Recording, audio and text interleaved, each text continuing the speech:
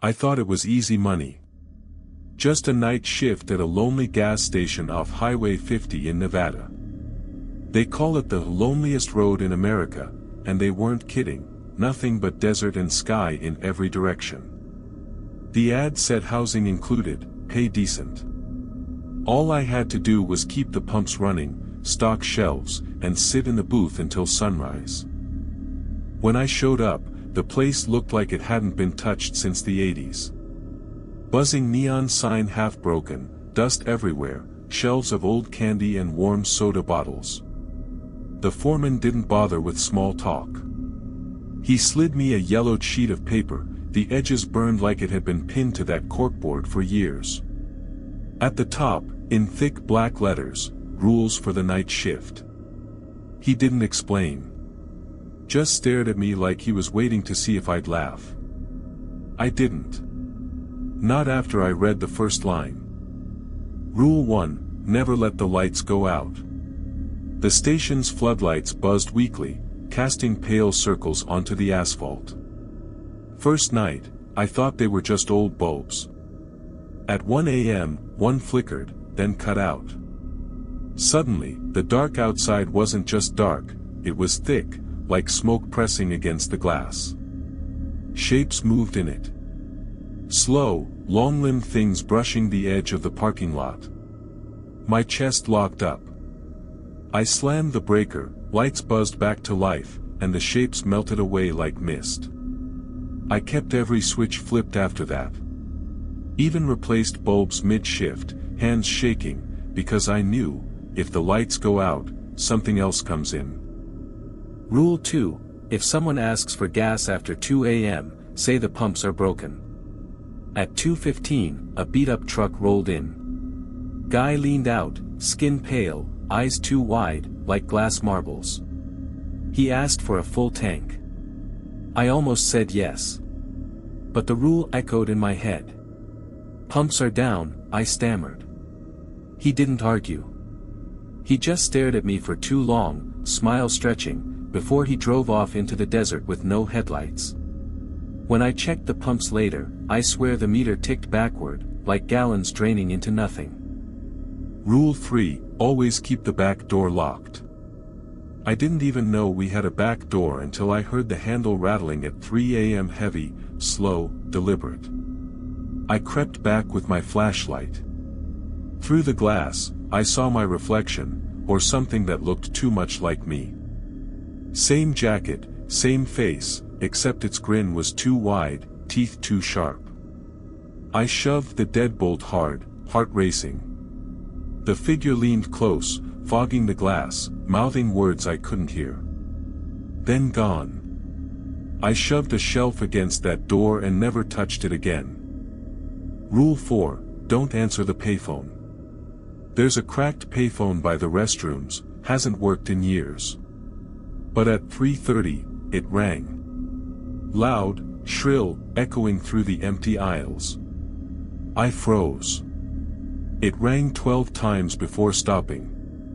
Then the store phone buzzed, the one on the counter. I picked up without thinking. Static hissed. Then my mom's voice, soft, "Danny, it's late. Come home." My mom's been dead for 5 years. I hung up so fast I ripped the cord out. The payphone still rang once more, long and low, like it was laughing. Rule 5, never step off the lot. By 4 a.m., I was losing it. Desert wind howled outside, pulling sand across the highway. I swore I saw headlights in the distance, a car stranded. A woman screaming faintly. I almost ran out. Almost. But I looked down at the rule sheet again, never step off the lot. When I turned back to the window, the car was gone. Just sand blowing across the empty road. My hands shook as I realized, whatever was out there wanted me to step beyond the pumps. Rule 6, if you see someone you know, it isn't them. At 4:30, the bell over the door chimed. My friend Steve walked in, same guy I grew up with back in Reno. He smiled, said, man, crazy running into you here. But Steve had died last year.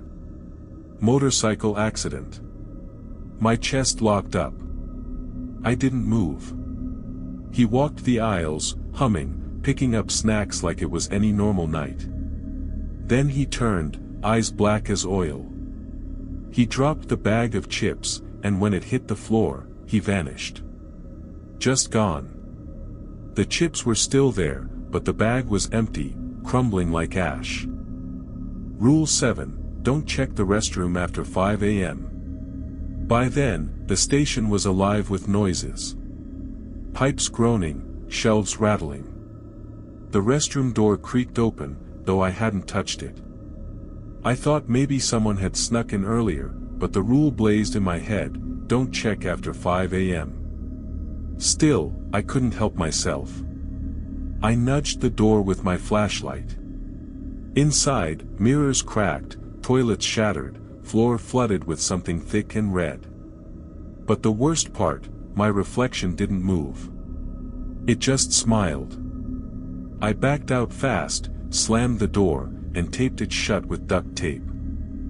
Rule 8, at sunrise, leave immediately.